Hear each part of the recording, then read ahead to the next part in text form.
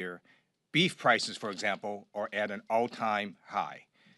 Donald Trump promised that he was going to lower inflation on day one. He lied. Inflation has continuously increased. The most recent report has inflation increasing above expectations to 2.7%. Core CPI increased even more to 2.9%. And what are congressional Republicans doing? Nothing. In fact, it's even worse than that. They are actually ending this week early because they're afraid to cast votes on the Jeffrey Epstein issue. The Rules Committee is not meeting because they're afraid to cast votes to release the Epstein files. So you've got this Epstein issue affecting congressional operations and making sure that the congressional Republicans don't work on trying to lower costs. So this is an epic cover-up, right? This is a cover-up of epic proportions where you've got the majority party literally having us leave Congress early and not having the Rules Committee meet because they don't want to deal with releasing the Epstein files. We should release the Epstein files. It is what Donald Trump campaigned on. It's what Attorney General Pam Bondi talked about this February when she said the Epstein client list was, quote, sitting on her desk right now. Why don't we have that client list? And these are the questions the American people keep asking, and the story is not going to go away because at core, this is an issue about underage women who were sexually abused and assaulted. Attorney General Pam Bondi should not be protecting Jeffrey Epstein's legacy, nor his clients, nor should congressional Republicans be doing the same. With that, it is my honor to introduce our amazing field general for the DCCC, Congresswoman Susan DelBene. She's done a fantastic job, and she's going to discuss what we talked about this morning. Thanks, Vice Chair Lieu and Chairman Aguilar. Good morning, everyone. This morning in caucus, we presented how we're holding House Republicans accountable for their disastrous agenda and our path to retake the majority. We hear over and over and over again from people back home that the top issue for them is affordability and lowering costs for everyday goods. By all accounts, Republicans have failed miserably in the time that they've had the trifecta. Prices are still rising, whether it's housing, health insurance premiums, or everyday things like food and groceries. Republicans broke their promise to lower costs. Their big, ugly law is just another broken promise. It rips coverage away from millions of people and will raise health care bills for everyone, regardless of what kind of insurance that they have. And it takes food off the table from hungry families and children. It guts funding for rural hospitals and increases ER wait times.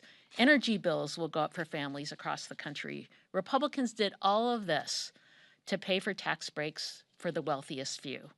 Their agenda is cruel, it's extreme, and an absolute disaster. And the American people agree. In poll after poll, we see that the Republicans' bill is massively unpopular. The more people learn about it, the more they oppose it. The one lie Republicans keep telling themselves is that voters won't punish them in the midterms because the American people won't feel the pain of the cuts until after the election. Aside from the fact that this is exactly the kind of insincere political gamesmanship the public hates, it's also not true. In a matter of months, millions of people will see their health insurance costs go up by an average of 75%. Rural hospitals are already announcing they'll close down and cut services. So no matter how many legislative games that Republicans try to play, there's no hiding from the facts. The big, ugly law will devastate and have devastating consequences that will absolutely be felt by working families. Republicans are poised to lose the majority next year, and they know it. You can tell by the way they're behaving. They avoid in-person town halls because they're afraid to face the public when they have to talk about their big ugly bill. House Republicans are headed for the exits. We already have 3 vulnerable Republicans decide to retire or not run for re-election because they know they're not going to take the majority. And we know there are more with one foot out the door who may soon announce that they won't seek re-election. So in these last 6 months, Republicans have broken promise after promise, feeding into a larger narrative that reminds everyone that they don't work for the American people. They work for the elite, the powerful, and the billionaires.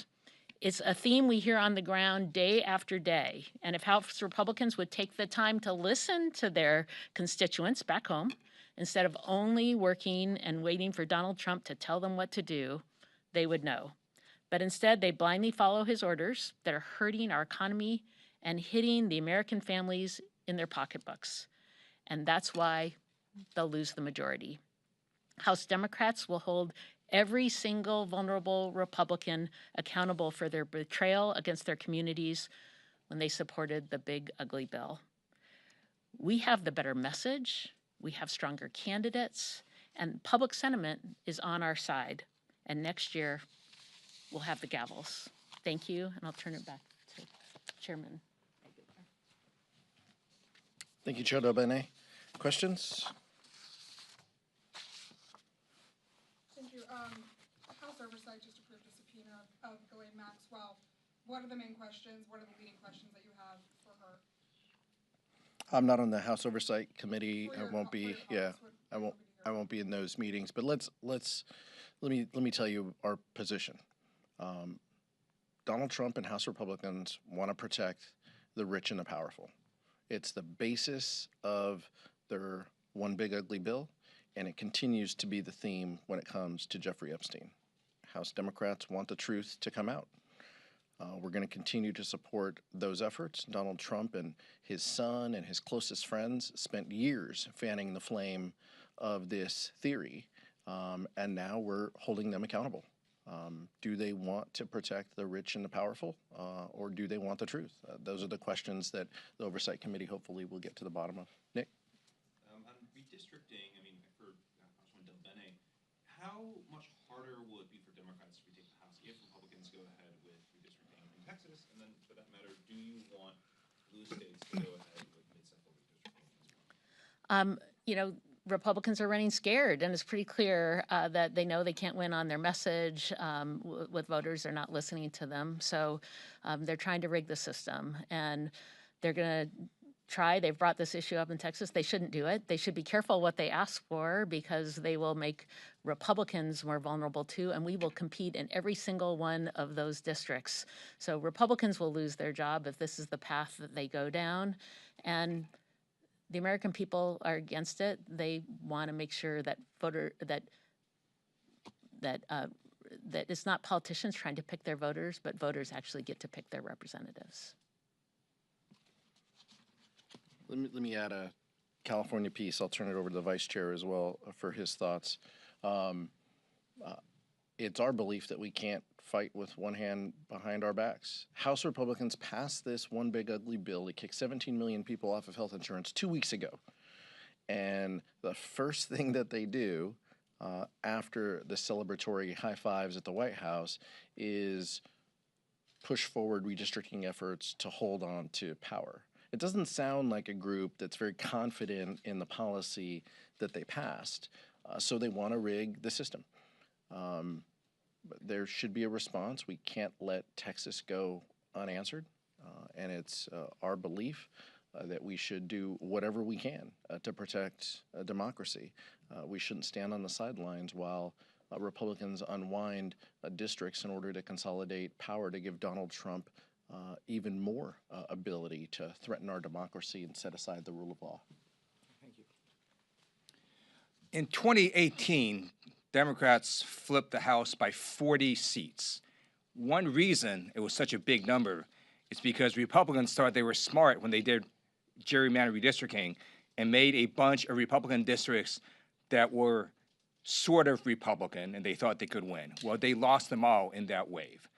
So Atlas Intel, one of the most accurate pollsters last term, came out with a new poll showing Democrats ahead +10 on the generic congressional ballot.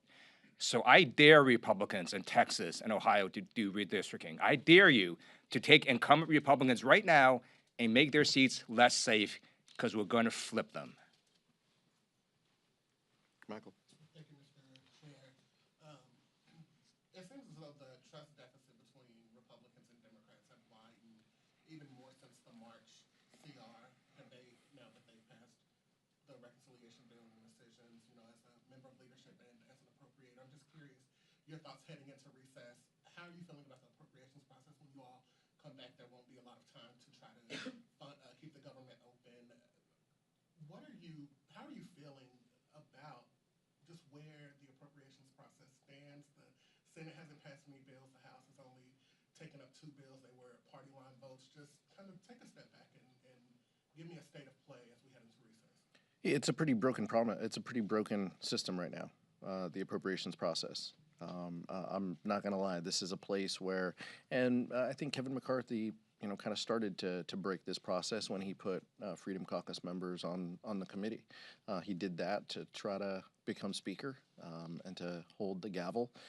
And we're suffering from that consequence now. The committee's always been a place where reasonable people come together, disagree, and then try to find some common ground and use the appropriations and budgeting process to find common ground to meet the needs of our constituents.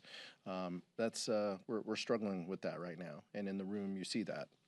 Rosa DeLauro is an amazing leader. Tom Cole has a lot of respect, but when you continue to give power to Donald Trump and Russ Vought, who says the appropriations process should be less bipartisan, you're really lifting up some pretty dangerous actions and rhetoric, and we're seeing that.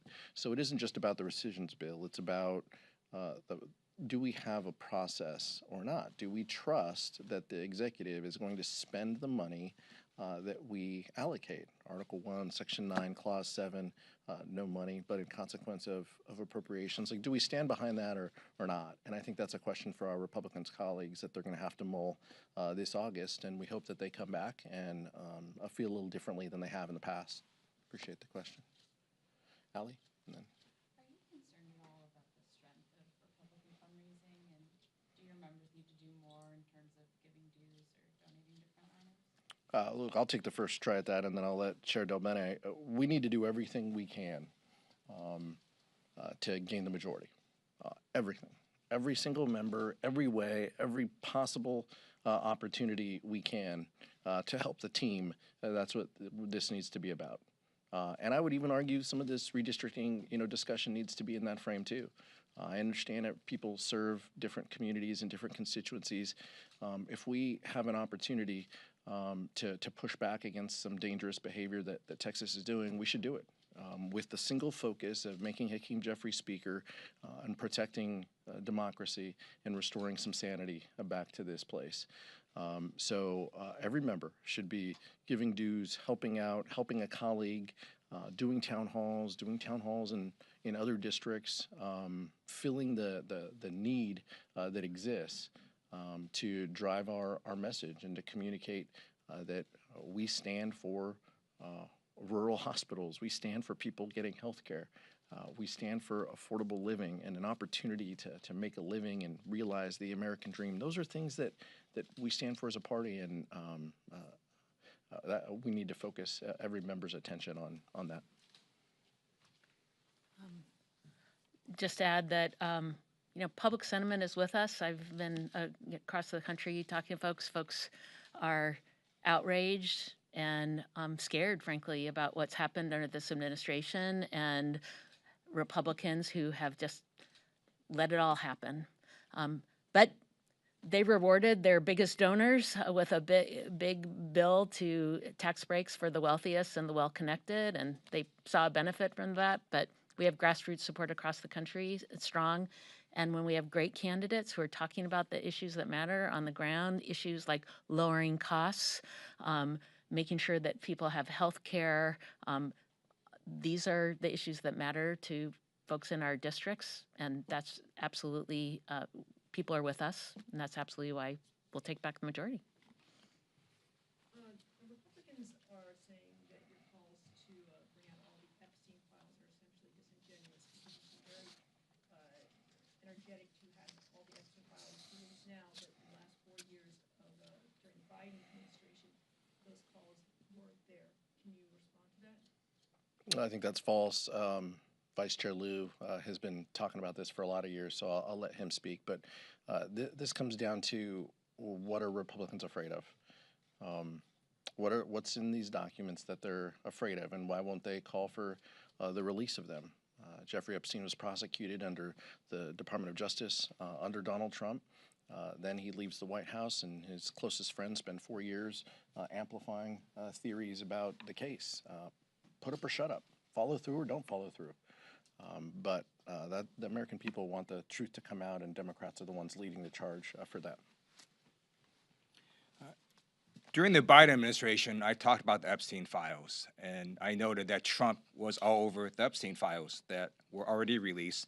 There's multiple pictures of Trump and Jeffrey Epstein. There's multiple videos. There are bizarre quotes from Trump about Epstein. There are plane logs of Trump on Epstein's plane, and now we know there's this creepy birthday card. And guess what? I'm right and he was wrong, because, again, Trump is all over the Epstein files. Let me just say again what I just said. There are multiple pictures of Trump and Jeffrey Epstein, right? There are multiple videos of Trump and Jeffrey Epstein. Trump is on Jeffrey Epstein's plane logs. There are weird quotes from Trump about Epstein. There are court pleadings with Trump named. And now we know there's this creepy birthday card Trump wrote to Jeffrey Epstein on his 50th birthday.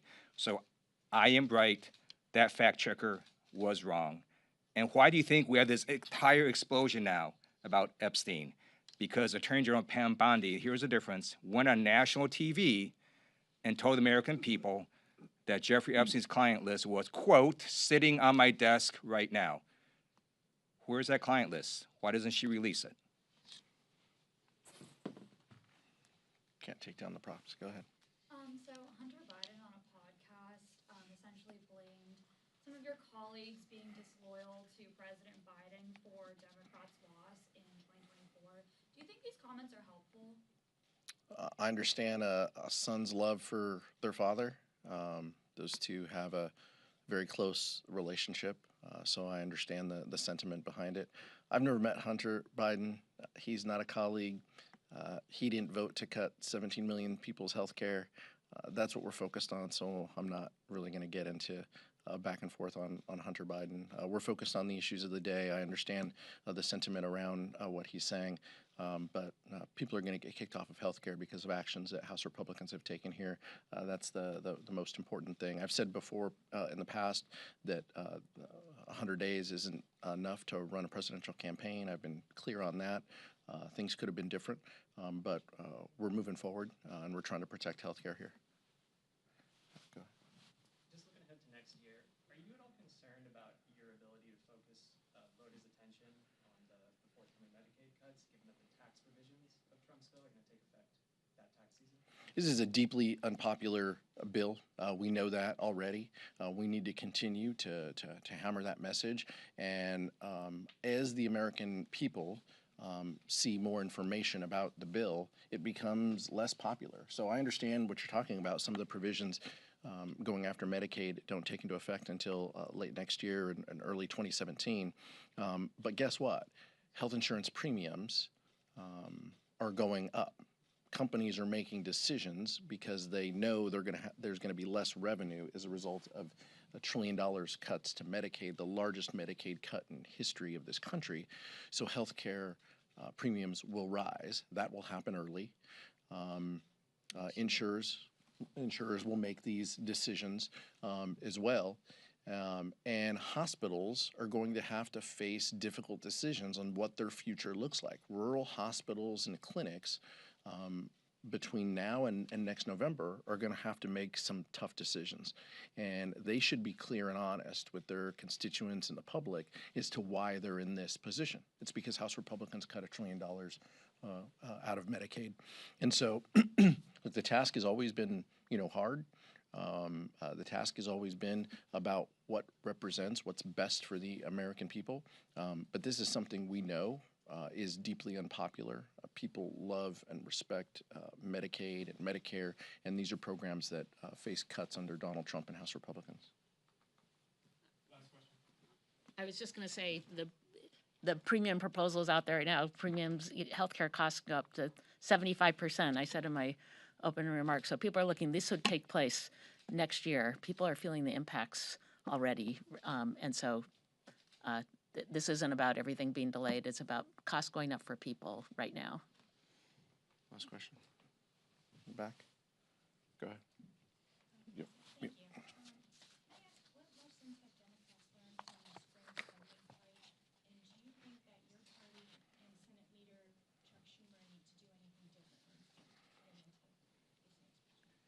Well, one of the lessons we learned wasn't just in the spring, but this kind of started in December, right? When we had bipartisan CR that the speaker put out and then backed away from because he got scared by Elon Musk.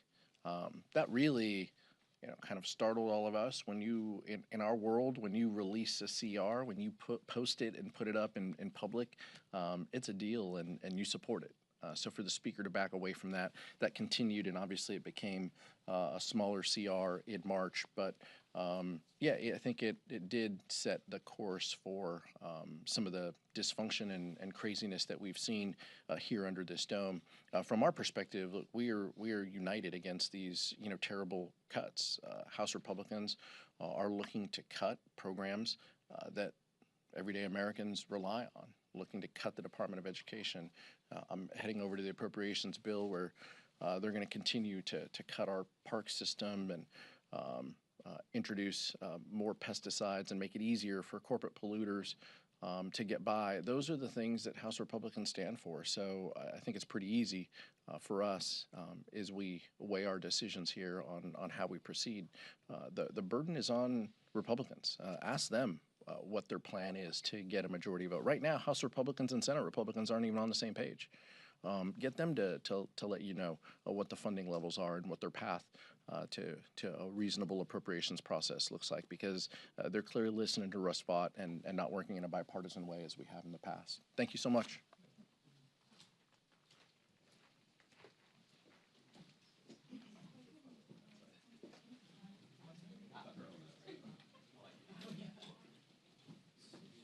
Marvelous, lovely as always. My bones are fading.